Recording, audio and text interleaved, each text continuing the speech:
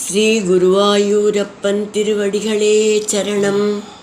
இன்னைக்கு நம்ம 11வது ஸ்லோகத்தை பார்க்க போகிறோம்.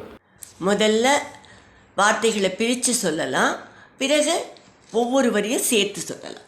பிரபூஜிதைஸ்தத்ர ததோ த்விஜாதிபிஹி பிரபூஜிதைஸ்தத்ர ததோ த்விஜாதிபிஹி விசேஷதோ லம்பித மங்களாசிஷः விசேஷதோ லம்பித மங்களாசிஷः व्रजं निजैर्बाल्यरसैर्विमोहयन् व्रजं निजैर्बाल्यरसैर्विमोहयन् मरुत्पुराधीश रुजां जहीहि मे मरुत्पुराधीश रुजां जहीहि मे प्रभूजितैस्तत्र ततो द्विजादिभिः विशेषतो लम्बित मङ्गलाशिषः प्रपूजितैस्तत्र ततो द्विजातिभिः विशेषतो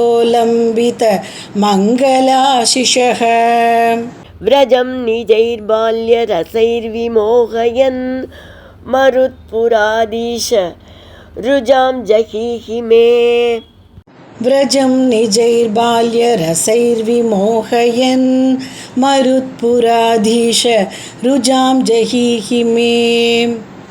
இப்போ நாம் இந்த ஸ்லோகத்தோட வார்த்தைகளை பிரித்து அர்த்தங்களை பார்க்கலாம்.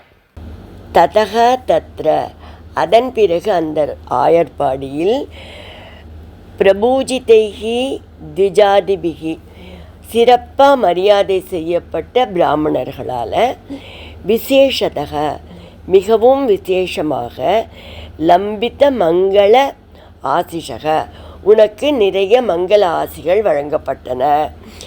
நிஜைகி பால்ய ரசைகி, உன்னுடைய சிறுபிள்ளை விளையாட்டுக்களால், விரஜம் விமோகயன், கோகுலத்தை நீ மயக்கிக் கொண்டிருந்தாய்.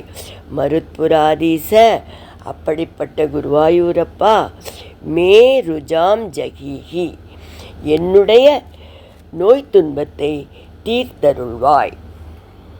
இப்போ இந்த ஸ்லோகத்தை முழுவதுமாக பாராயணம் பண்ணி இதோட முழு அர்த்தத்தையும் பார்க்கலாம்.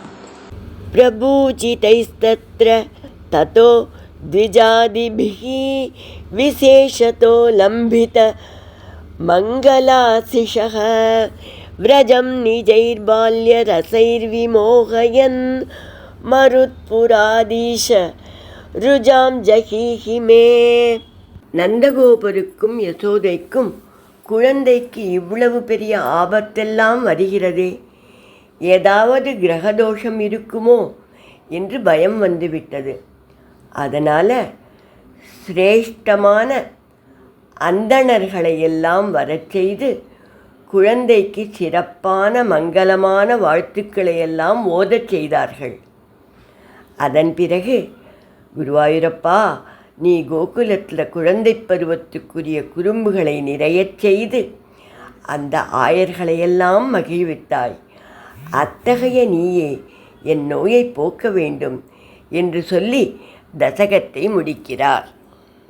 பச்சிளம் குழந்தை கிருஷ்ணனுக்கு 2 முறை அசுரர்களால் ஆபத்துக்கள் வந்து ஆயர்களையும் ஆயர்பாடியையும் அதிர்ச்சியடைய வைத்தன.